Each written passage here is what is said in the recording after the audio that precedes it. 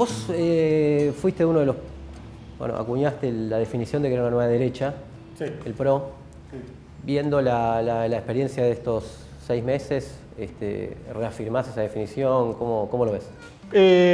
Sí, en términos generales sí. Obviamente uno cuando mira las cosas antes de que sucedan tiene una apreciación y cuando las cosas empiezan a suceder tiene otra, digamos. Sí, yo creo que el PRO es una nueva derecha, lo sigo sosteniendo en el sentido que yo lo planteé originalmente, que es una derecha democrática, es decir, que juega dentro del juego de la democracia representativa y liberal, digámoslo en estos términos, que es una derecha post-neoliberal en el sentido de que, en el siguiente sentido, en el sentido más boludo del término, que es que el liberalismo ya ocurrió en Argentina y que muchas de las reformas neoliberales siguieron pendientes, vigentes, incluso durante el kirchnerismo. Si uno mira algunos indicadores de apertura de la economía, qué sé yo, de importaciones y exportaciones, no sé, hasta de flexibilización laboral, o sea, hubo varias cosas que se cambiaron durante los 90 y que las contrarreformas kirchneristas hasta cierto modo lo modificaron, pero a partir de cierto punto no. Entonces, Argentina en los 90 se transformó en una economía de mercado plena. Y esa economía de mercado se mantuvo durante el kirchnerismo, no dejó de existir, digamos, aun cuando el kirchnerismo obviamente sí la reformó. Y también sostengo que es una derecha que muestra una cara social. Por eso digo que es una nueva derecha, por estas tres cuestiones. Cuando digo una cara social no quiero decir que sea una derecha que cree en los derechos sociales, que la justicia social esté en el eje de su perspectiva política, no. Digo que es una derecha que sabe que tiene que desplegar algún tipo de políticas sociales simplemente para que el país no vuele por el aire. No, ¿cuántas políticas sociales? Las que sean necesarias para que la Argentina no estalle y ni una más. ¿Y viste que eso lo hizo hasta ahora, en esta experiencia? Sí, yo creo que sí. Yo creo que sí. A ver, en materia democrática, qué sé yo, juega dentro del juego de las instituciones. Aun cuando por momentos derrapa, como hizo con lo de los jueces de la Corte y después va para atrás, en fin. En materia de política social también, o sea, la asignación universal la mantuvo, las jubilaciones las mantuvo, incluso amplió algunas cosas. En la Argentina trabaja el plan de cooperativas que durante la campaña ellos habían denunciado como clientelismo en estado puro, lo mantuvieron, incluso aumentaron el monto de lo que se percibe. Quiero decir, hay incluso un pacto de gobernabilidad con algunos movimientos sociales en el conurbano, digamos, eso sabemos que efectivamente existe. Hay reparto de cosas, hay reparto de planes, o sea, todo eso lo hacen, digamos. Entonces me parece que sí. Sí, donde yo pensé que iban a ser un poco más graduales en materia macroeconómica. Ahí yo pensé que por ahí ellos podían entrar de una manera un poco más suave y entraron más a lo bestia. Ahora, si uno se toma el trabajo, cosa que no toda la izquierda hace, o no todos los progresistas o lo que sea hacen, de leer la prensa de derecha, vas a ver que está lleno de gente que prácticamente piensa que Pratcay, viste, es la reencarnación de Keynes, digamos, que entre Pratcay y Axel Kicillof no hay diferencia, digamos. Luego escuchás a Broda y a la gente más extrema derecha y dicen, no, bueno, esta es una etapa de transición. El mismo Melconian lo dijo, es una etapa de transición. En realidad hay que hacer un ajuste más fuerte. Es decir, dentro del esquema de ellos creen que están haciendo gradualismo en términos macroeconómicos. Yo creo que están siendo más neoliberales en ese aspecto de lo que yo pensé que iban a hacer. Ahora, ¿vos ves que tienen un plan? Sí, en algunos aspectos sí, en algunas áreas sí, en otras no tienen la más pálida idea. En materia macroeconómica tienen un plan, claro. Bueno, pagarle a los holdouts, cerrar el frente externo, tomar deuda, sacarle, como dicen ellos, el pie del Estado al campo de la espalda para que el campo pueda liberar su productividad. Y ver qué pasa con eso, o sea, y esperar a que las fuerzas productivas hagan que la economía crezca, digamos. En ese sentido me parece que tienen un plan. Y mientras tanto aguantar con la obra pública, tomar deuda y parte de esa deuda volcarla a la obra pública, bajar la inflación, que el desempleo aumente lo menos posible, algo va a aumentar, pero va a aumentar, tratarán de que aumente lo menos posible. Me parece que en materia macroeconómica tienen un plan, me parece que en materia social tienen un plan, que es básicamente continuar con lo que había a la mínima potencia, y en otras áreas de la gestión me parece que no tienen la más puta idea y que ni siquiera les importa. ¿Cómo cuáles? Todo lo que tiene que ver con la política cultural, no en el sentido del Ministerio de Cultura, que ni me meto en eso porque la verdad que tampoco lo sé en detalle, sí. Pero la mirada cultural sobre la Argentina, todo este manejo simbólico que el kirchnerismo explotó tanto y que le fue tan redituable durante un montón de tiempo, me parece que ellos no lo tienen, o en todo caso ellos se corren de eso. Yo lo escribí alguna vez, ¿viste? Ellos Ellos creen que hay que bajar la intensidad política de la discusión. Lo que quieren es bajar la intensidad de la discusión pública. Después de 12 años de batalla cultural, de sobrecarga ideológica, ¿viste? El kirchnerismo me parece que en ese sentido tenía un problema, que era que le ponía el mismo nivel de gravedad épica a estatizar YPF que pelearse con LAN a ver si el hangar de Aeroparque era de LAN o Aerolíneas, ¿viste? No podés ponerle a todo, no podés dar un Waterloo todas las semanas, porque en algún momento te quedás un poco extenuado, o sea, no le podés pedir a la sociedad que te acompañe en un Waterloo por domingo, por semana, ¿entendés? Me parece que el kirchnerismo ahí erraba un poco, que le faltaba registros del manejo simbólico de lo que estaba haciendo. Entonces me parece que el macrismo tomó nota de eso, sobre todo sus comunicadores y sus pensadores más interesantes que yo. La línea de Marcos Peña, me parece que tomaron nota de eso, decidieron bajar un poco ese nivel de intensidad y lo hacen. Por eso, cuando sacan los nuevos billetes, no es que dicen, bueno, Cristina puso Evita y las Malvinas, nosotros ponemos a Frondizi y al Alzogaray. No dicen eso, ponemos el hornero y el ornitorrinco. Y como coalición, ¿cómo lo ves? A la coalición Cambiemos. No, para mí no es una coalición. El rol de los radicales. No, para mí no es una coalición. Claramente un gobierno de cuadros. El PRO es un partido de cuadros. Homogéneo, con poca extensión territorial, con un grupo de personas que no son tantos. ¿Cuántos son en el PRO? Un par de centenares. Partido de cuadros, típico partido de cuadros. En ese sentido no hay coalición. La coalición es táctica, casi electoral. El radicalismo acompaña, en el mejor de los casos, protestando, pero sin tampoco... El radicalismo no tiene además ningún resorte de poder para presionar al PRO. ¿Qué le van a decir? ¿Que no le van a votar las leyes? Si se las votan los peronistas. Bueno, vos que tanto en Le Monde como en otras publicaciones tenés una mirada más de media distancia, digamos. Sí. El peronismo actual, concreto de la coyuntura. Sí. Y el peronismo realmente histórico. existente. El peronismo realmente existente. Sí, el peronismo como corriente histórica. Sí. ¿Cómo ves esos dos planos? A ver, voy a empezar por lo más fácil. El peronismo está en un proceso de introspección. Evidentemente está en un proceso de introspección. No es el primero, ya pasó por varios procesos de introspección del peronismo y la introspección en general le permitió renacer, digamos, conservando siempre ciertos recursos institucionales y de poder importantes, en algún momento los sindicatos, en otro momento control de territorios, de gobiernos, de estados subnacionales y demás, siempre pudo rearmarse. Me parece que el peronismo está revisando eso y repensando eso. Yo, mira, hace un par de semanas estuve en Corrientes y en La Rioja, en las ferias del libro, me invitaron. Sí, estuve mirando unos videos. Sí, y el peronismo de ahí es el peronismo. El kirchnerismo no entró. O sea, entraron algunos valores kirchneristas. Hay algunos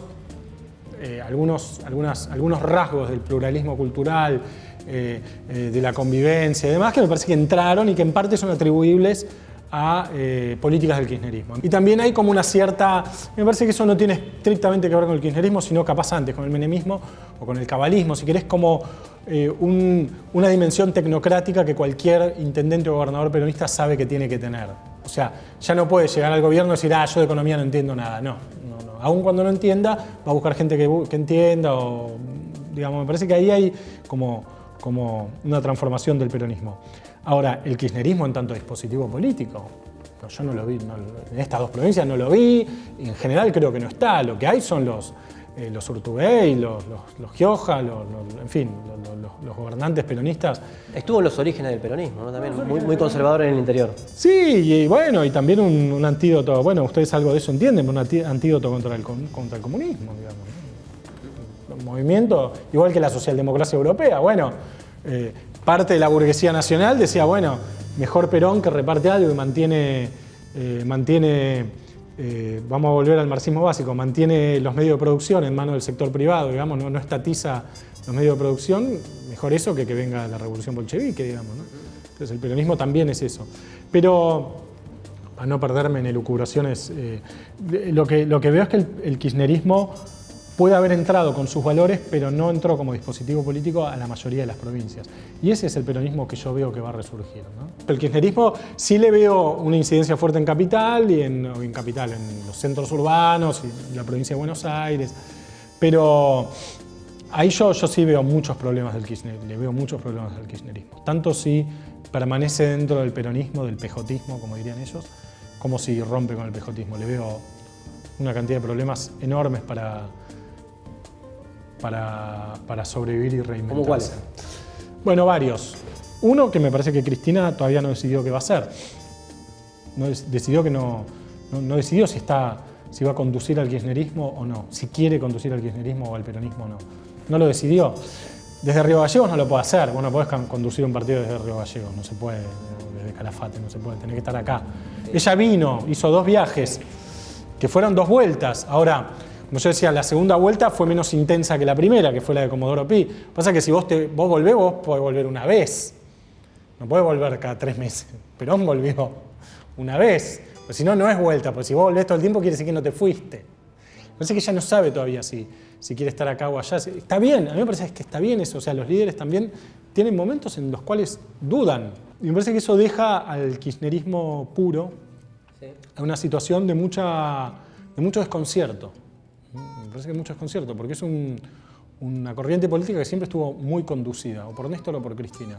A eso agreguémosle la coyuntura de la corrupción.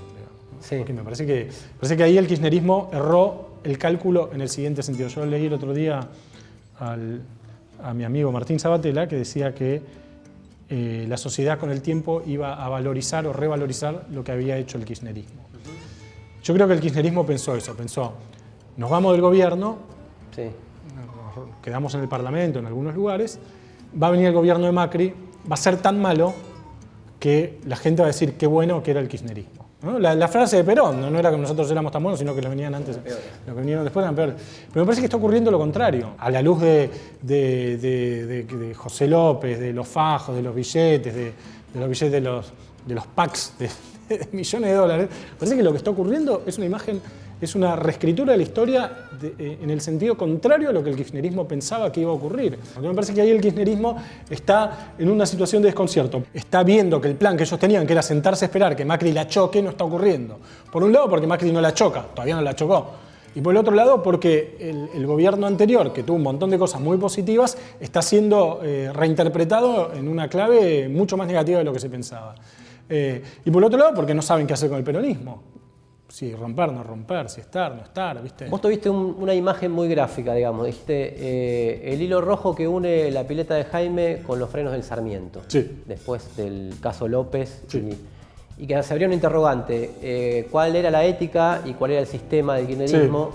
Sí. ¿Encontraste mayor respuesta de ese momento hasta ahora? Yo sigo escribiendo esa pregunta. Para mí la pregunta, claro, no, está bien. No, para mí la cuestión es, a ver, uno también, por decirlo de algún modo, uno tiene derecho, no sería pero uno puede ir variando su opinión conforme el tiempo va avanzando y las evidencias van apareciendo y cosas. A mí, lo de José López me sorprendió. A mí me sorprendió. Seré ingenuo, lo que vos quieras. A mí me sorprendió. El ex secretario de Obras Públicas durante 12 años con el bolso y la ametralladora en el piso con las monjitas. A mí me sorprendió. Ahora sorprendió a las monjitas también. Sorprendió a las monjitas. A mí me sorprendió, realmente me sorprendió. Entonces, la pregunta que yo me formulaba ahí es, López, como los López, los Jaime, ¿eran una pieza secundaria del sistema de poder kirchnerista o eran parte central de la maquinaria del dispositivo de poder? La verdad que no lo sé, todavía no lo sé. Y hacías una comparación interesante, que sí, era, porque la Cámpora tiene un nombre, ya es controvertido el nombre, ¿no? Pero tiene un nombre setentista, pero vos lo comparabas más con la Coordinadora Radical. Sí. Y decías que el riesgo era que termine como terminó el Changuel Cáceres, digamos. Sí. ¿Cómo ves que está evolucionando en ese sentido? ¿Está más cerca de ese riesgo o está de hacer algo más trascendente? No, yo creo que en algún momento tienen que, la Cámpora, la juventud kirchnerista en general, tiene que, yo decía que la coordinadora, estoy tratando de acordarme porque lo escribí hace unos años ya ese libro, que uno de los grandes problemas de la coordinadora fue que no lograron matar simbólicamente a su padre, claro, que era obviamente Alfonsín. Entonces, la tarea de una generación. Claro, siguieron siendo, todos sabemos que para crecer tenemos que matar a nuestro padre, aunque sea, no lo estoy diciendo, no estoy invitando a nadie a matar a nadie, digamos, pero hay que matar simbólicamente al padre para poder crecer. Yo decía que la coordinadora nunca pudo trascender el liderazgo de Alfonsín. La Cámpora en este momento tiene que empezar a trascender el liderazgo de Cristina, si no, yo creo que está frita, efectivamente está frita. Quiero decir, el kirchnerismo no puede ser simplemente un guardián de las conquistas del pasado. No puede ser un eco reivindicante de la década kirchnerista. Porque ahí no le estás ofreciendo nada a la sociedad. Y tomando el balance de conjunto, sí. con la mantención de las estructuras sindicales que se mantuvieron, ¿no? Sí. De lo que nosotros llamamos la burocracia sindical. Sí. El grueso de los gobernadores peronistas. Sí. Una reforma de la justicia y de los medios que, vista retrospectivamente, sí. no le hizo mella. Sí. O por lo menos pudieron restaurar mucho de lo anterior. Sí. En los servicios de inteligencia con Estiuso durante mucho tiempo hasta que rompieron, sí. digamos. ¿Qué te queda de balance de conjunto? Vos lo planteaste como una herencia cultural, digamos, en algún sí. momento al kirchnerismo. ¿O qué contradicciones más agudas le viste al proceso de conjunto? Yo te marco lo que nosotros criticaríamos como más duro, ¿no? No, sí, yo comparto todo lo que ustedes, todo eso que señalás, estoy de acuerdo. Son lugares a los que el kirchnerismo no entró, o no quiso entrar, o no pudo, o se acordó tarde. Y veo otras contradicciones que no señalás, pero sospecho que compartís, que es la concentración económica, la extranjerización de la economía. La herencia neoliberal que vos mismo planteaste. El neoliberalismo como matriz de funcionamiento de la economía de mercado de la Argentina, digamos. Ahora, dicho esto, yo creo que el kirchnerismo hizo reformas muy importantes, muy interesantes, tanto a nivel de políticas públicas como a nivel de lo que queda en el ecosistema cultural de la sociedad, digamos. Entonces, en términos de redistribución del ingreso, de disminución de la pobreza, de políticas sociales, de jubilaciones, de derechos, de un montón de cosas, me parece que el kirchnerismo dejó una bandera fuerte como la dejó el alfonsinismo, digamos, en su momento. Entonces, ahí me parece que el kirchnerismo, eso es lo que yo valoro del kirchnerismo. Hay un libro que salió hace ya, serán 3 años, de Gabriel Kessler, un sociólogo interesante, que se llama Controversias sobre la desigualdad. Y él, bueno, se plantea en ese libro, salió por Fondo de Cultura, creo, decir, bueno, a ver, ¿qué pasó con la desigualdad? ¿Bajó o no bajó? Bueno, y hace todo un análisis. Me acuerdo, le hicimos una entrevista con Sloto en su momento, por la radio, y Sloto le decía, bueno, está bien, bajó, entonces Gabriel decía, bueno, todo lo que está vinculado al mercado de trabajo mejoró. Entonces, claro, los sueldos, los salarios aumentaron, fue hace unos años, ¿no? 3, 4 años. Los salarios aumentaron, el desempleo bajó, todo eso es efectivamente. Otros aspectos que no están tan vinculados directamente al mercado de trabajo fueron los avances menos concretos, no sé qué. Y bueno, y en un momento, Sloto le dice, bueno, te pongo contra la pared. El kirchnerismo, en general, después de todo, ¿viste? Porque los sociólogos que dicen todo, es más complejo. Es más complejo. Y Gabriel dice, bueno, yo me saco el es más complejo de la cabeza y te digo, al final, sí, mejoró la desigualdad. Al final, sí. Entonces, yo estoy de acuerdo con eso, yo comparto ese diagnóstico. Al final, el kirchnerismo, digo, vos me ponés contra la pared y sí o no, sí. Ahora, en el medio te dice todo, digo, me siento obligado a señalar todas estas cosas, digamos, si no soy un tarado. Está bien. Blanc dijo acá que Clarín hizo un periodismo de guerra. ¿Cómo ves? Buenísima la frase. Sí, buenísima. Que en realidad es del libro de Martín Sivak, que dice que Clarín por primera vez hizo un periodismo de guerra. Creo que... Sí, porque Clarín era un periodismo más de mimetización con la sociedad, claro. No de ir contra la sociedad. Clarín fue contra la sociedad, fue contra Cristina y Cristina sacó el 54%. Entonces sí, hizo un periodismo de guerra. Sí. Ahora, el periodismo que se hizo del lado kirchnerista, que hoy sin pauta medio que se desmontó, ¿no? ¿Cómo lo viste estos años? Es más complejo. No, a ver, lo vi heterogéneo. Dentro del lado kirchnerista de la vida, por parafrasear al amigo Víctor Hugo, había cosas muy buenas y había cosas horribles. Yo no hago nombres, nunca doy nombres porque me parece que uno tiene que discutir ideas, enfoques, perspectivas, no nombres. Lo que sí digo es que dentro del periodismo kirchnerista había cosas interesantes y había cosas boludas, y había cosas de un nivel de boludez tan absurdo que era inconcebible, así como las había dentro del otro periodismo. Por eso a mí siempre cuando me hacen la pregunta, ¿y periodismo militante o periodismo no militante? Yo digo, periodismo interesante, a mí no me importa, me importa, pero más allá de si el tipo es liberal, no es liberal, es kirchnerista, no es kirchnerista, me importa que me diga cosas que a mí me interesen, que me resulten interesantes, que me ayude a pensar, que me ilumine una idea, que me traiga un dato que no sabía. Por eso yo encuentro eso en dos diarios muy ideológicos, en La Nación y en Página 12. Yo encuentro eso. Y lo encontré durante todo el kirchnerismo. Y relacionado con eso, en el escenario intelectual, digamos, ¿no? Sí. Creo que tiene un poco que ver. Sí. Los 80 discutían Unidos y poner Ciudad Futura. En los 90 discutían el ojo mocho y punto de vista. Ponele, sí. Sí, más o menos, ¿no? Sí, no, pero sí, va por ahí, va por ahí. ¿Cómo ves el escenario intelectual ahora? Lo último que dio fue Carta Abierta, como lo más conocido, digamos. Bueno, sale el Le Monde como una publicación mensual, sacamos ideas de izquierda nosotros. No, yo lo que sabes que veo ahí, Fernando, veo, por un lado, un tránsito de muchos de esos espacios que vos mencionabas, Unidos, el ojo mocho, la de Beatriz, punto de vista, Ciudad Futura, etcétera, una apropiación por los grandes medios de eso.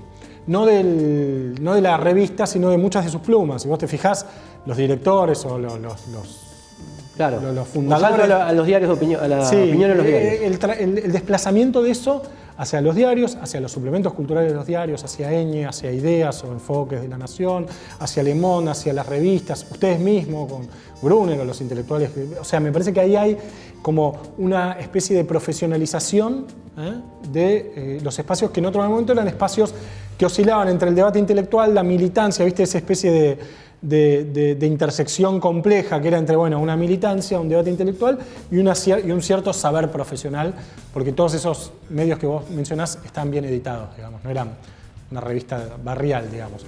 Incluso los que estaban mal editados a propósito, como El Ojo Mocho, que por ahí te ponía, me acuerdo siempre una entrevista a Jorge Asís, que duraba, no sé, 26 páginas, pero que era a propósito, digamos, estaba pensado eso.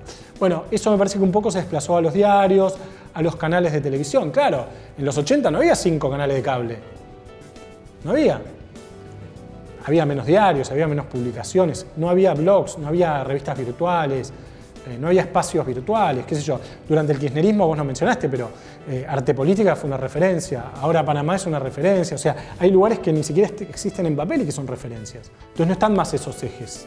Como que no hay ejes, está todo más revuelto. O sea, no ves que haya habido que bajó un nivel de discusión, sino que se No, desplazó yo no creo que bajó el nivel de discusión. Yo creo que durante el kirchnerismo se produjeron algunas discusiones buenísimas, recontra interesantes. Yo participé de algunas, de otras un montón no, pero las miré o quise participar, no sé. Pero un montón de discusiones súper interesantes.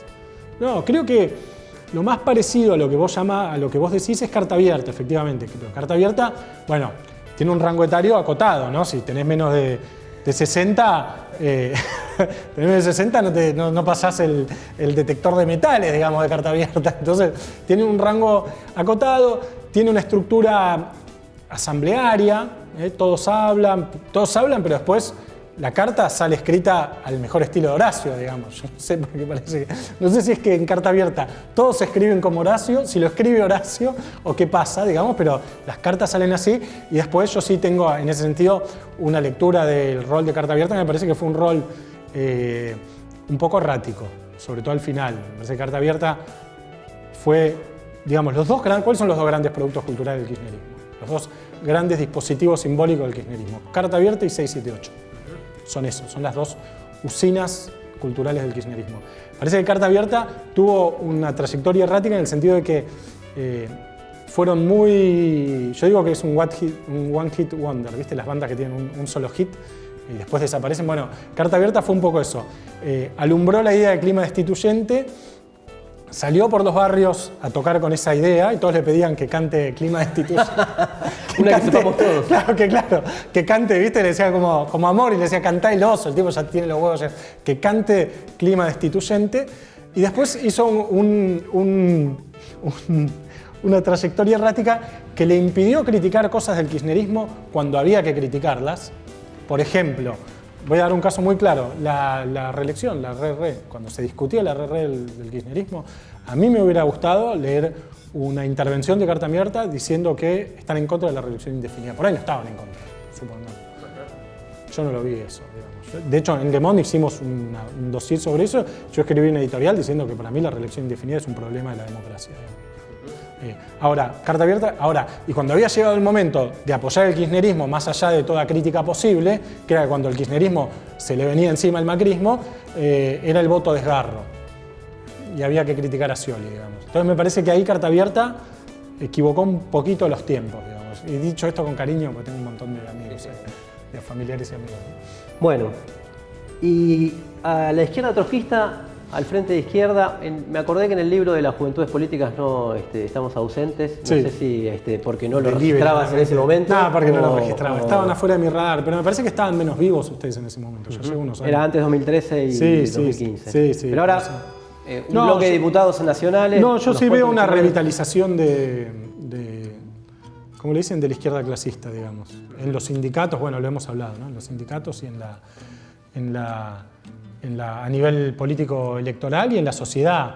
Y me parece que eso en parte tiene que ver con esto, digamos, que es con una inteligencia de entender que pueden seguir defendiendo las mismas ideas, pero hacerlo con buena luz ayuda, digamos. O sea, que hay un ayornamiento de los instrumentos desde los cuales hablar y los lenguajes y la forma de expresarse y demás, que me parece que está en la base del ascenso, digamos, que se ve porque es electoral, digamos. Es cuantitativo el ascenso, digamos. Será cualitativo también, pero es cuantitativo. Parece que los ayudó también la ley de reforma política, la publicidad y también la unidad, digamos, ¿no? Que no es plena, entiendo que no es plena, pero que es casi, por lo menos abarca de los dos partidos más grandes, digamos. Entonces, en ese sentido, los veo también planteando algunos debates que tienen que estar en la sociedad, digamos. O sea, yo me alegro cuando los veo a los diputados de izquierda en los canales de cable peleando con el macrismo y peleando con el kirchnerismo. Me alegro porque me parece que a veces dicen cosas que si no, no la dice nadie, digamos. Sí, a veces veo como que, bueno, dicen no sé qué y de repente tienen que pasar como el mensaje. Eso veo. Y yo creo que por ahí eso a veces no es tan necesario porque ya sabemos eso, pero no, la verdad que yo registro el cambio. En el libro de las Juventudes Políticas no lo vi tanto porque fue previo a este proceso.